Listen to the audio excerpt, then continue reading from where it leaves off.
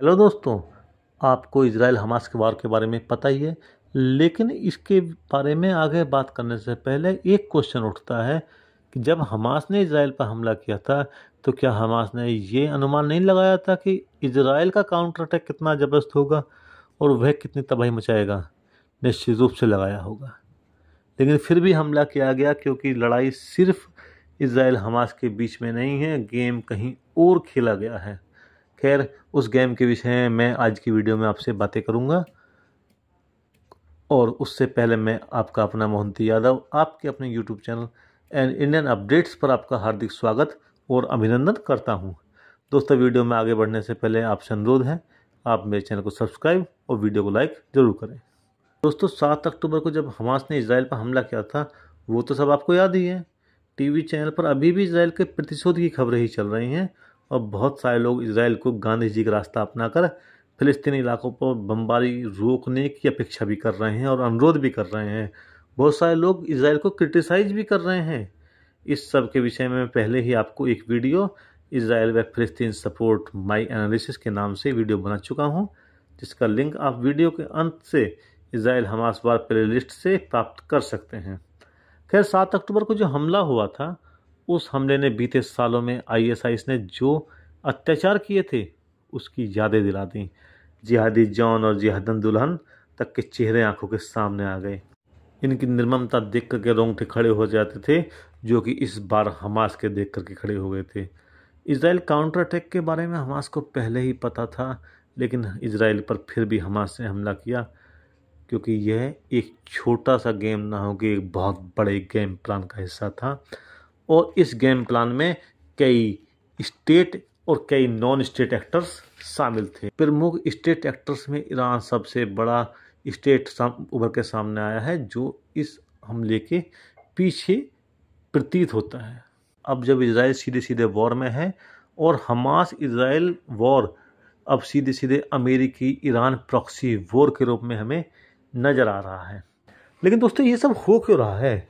थोड़ा पीछे चलते हैं। 7 अक्टूबर से पहले बड़े पैमाने पर बाइडेन प्रशासन मेहनत कर रहा था, जिसमें सऊदी अरब और इजराइल के रिश्तों को सामान्य बनाया जा सके। और यह लगभग तय ही लग रहा था कि इजराइल को सऊदी अरब मान्यता दे देगा और मिडिल ईस्ट की राजनीति एकदम से बदल जाएगी। बदली हुई परिस्थिति में अमेरिका मिडिल ईस्ट में ज़्यादा मजबूत बनकर उभरेगा और वहाँ से वो ईरान को आसानी से कंट्रोल कर लेगा।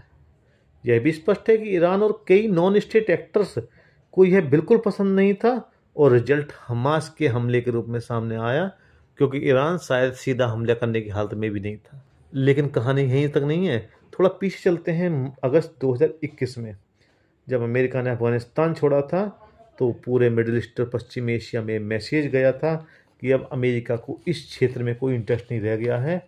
अमेरिका इस क्षेत्र से निकलना चाहता है। अमेरिका का इंटरेस्ट अब इंडो पैसिफिक क्षेत्र में है, जहां से वो चाइना से टकराना है और चाइना को कंट्रोल करना है। उसके लिए वह पूरी तरह से अपनी पावर उस क्षेत्र में लगाना चाहता है और मिडिल ईस्ट से अपनी पावर हटाना चाहता है। लेकिन यदि यह वॉर लंबा खिंचता है तो अमेरिका को इंडिया पैसिफिक रीजन को कंट्रोल करने का सपना अगले कई सालों तक डिले हो सकता है और चाइना को काउंटर करने का सपना भी उसके साथ डिले हो सकता है। खैर, अमेरिका ने जैसे ही मिडिल ईस्ट से निकलने की कोशिश की, उसी समय दुनिया भर के देशों ने मिडिल ईस्ट में अपनी पॉलिसी बदलना शुरू कर दिया और मिडिल ईस्ट के देशों ने भी अपने भविष्य की पॉलिसियों को नई तरह से निर्धारित करना शुरू कर दिया। अरब देश और इजराइल के संबंधों में सामान्यीकरण की शुरुआत होने लगी। सऊदी अरब के रिश्ते इजराइल से और सीरिया के साथ पॉजिटिव रूप से बदलने लगे और यमन वार का अंत हो गया है। और उधर इंडिया भी ITU2 और India Middle East economic corridor के माध्यम से अपने पंख फैला रहा था। लेकिन इन सब चीज़ों के बीच में एक बात थी। इन सब चीज़ों के बीच में ईरान को साइडलाइन किया गया था। ईरान को किसी भी सिस्टम में बीच में नहीं डाला गया था। UAE के प्रस्ताव पर ITU2 पे काम शुरू किया गया, जबकि सऊदी क्राउन प्रिंस के प्रस्ताव को एक ही बार में मान लिया गया और India Middle East economic corridor पर भी काम शुरू करने की सहमति बन गई।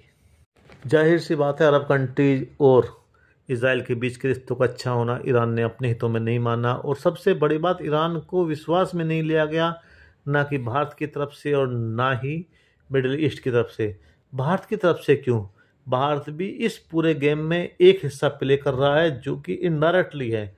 भारत ITU-2 के माध्यम से इंडिया, इजराइल, USA, UAE को जोड़ रहा है, जबकि India Middle East economic corridor को वो यूरोप तक लेकर जा रहा है। लेकिन इस बीच में ईरान को तनिक भी विश्वास में नहीं लिया गया। इंडिया तो ईरान के साथ काम करने को तैयार है, लेकिन USA और इजराइल ईरान के साथ काम करने को बिल्कुल भी तैयार नहीं है। इसके चलते भी ईरान ने अपने आप को अलग थलग महसूस किया और रिजल्ट हमास के हमले के रूप में सामने आया। बदली हुई परिस्थितियों में भारत ने अपना स्टैंड नहीं बदला, बल्कि भारतीय विदेश नीति पूरी दृढ़ता और लचीलेपन से सामने आई। भारत ने सीधे सीधे साफ कर दिया कि वो अलग फिलिस्तीन के साथ हैं और किसी भी तरह के आतंकवाद के खिलाफ हैं। इस तरह से हम एक ही समय में दोनों ही देशों को, हमने फिलिस्तीन को भी साध लिया और इजराइल को भी साध लिया। देखने में यह है कि भारतीय पक्ष वहां अभी भी मजबूत दिख रहा है या पहले से भी मजबूत दिख रहा था। कोल्ड वॉर के बाद की दुनिया में अमेरिका ने वहां पर एक पुलिसमैन की, एक व्यापारी की भूमिका निभाई थी और मिडिल ईस्ट को कंट्रोल किया था।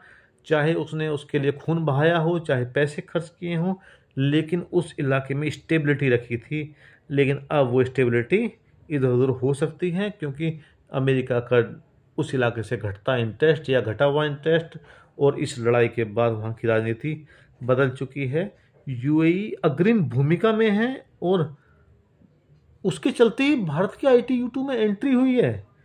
लेकिन यदि UAE और सऊदी अरब देशों के दबाव के आगे झुक गए तो भविष्य क्या होगा, भारत के प्रोजेक्टों का क्या होगा, कुछ नहीं कहा जा सकता। लेकिन सबसे बड़ी बात यह है, उन प्रोजेक्टों में सिर्फ हमारा बेनिफिट नहीं है, उन प्रोजेक्टों में उन देशों के हित भी जुड़े हुए हैं। इसलिए लड़ाई शुरू होने के बाद उम्मीद करते हैं कि ये प्रोजेक्ट पूरे होंगे और चीन के BRI और CPEC के जवाब में हम लोग अपना India Middle East economic corridor और ITU-2 को जरूर डेवलप करेंगे। लेकिन पश्चिम एशिया में चीज़ें जितनी सुलझी हुई दिखाई दे रही हैं या देती हैं, वो चीज़ें इतनी ही उलझी होते हैं, देशों के बीच बहुत ज़्यादा दुराव है।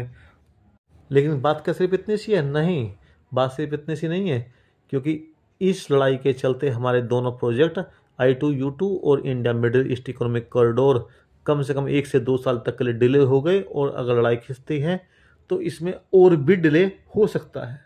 इसके अलावा भारत अब्राहम गठबंधन के तहत ITU-2 के एक्सटेंशन में भी काम कर रहा था, और जिसके एक्सटेंशन में मिस्र और सऊदी अरब को भी शामिल किया जाना था।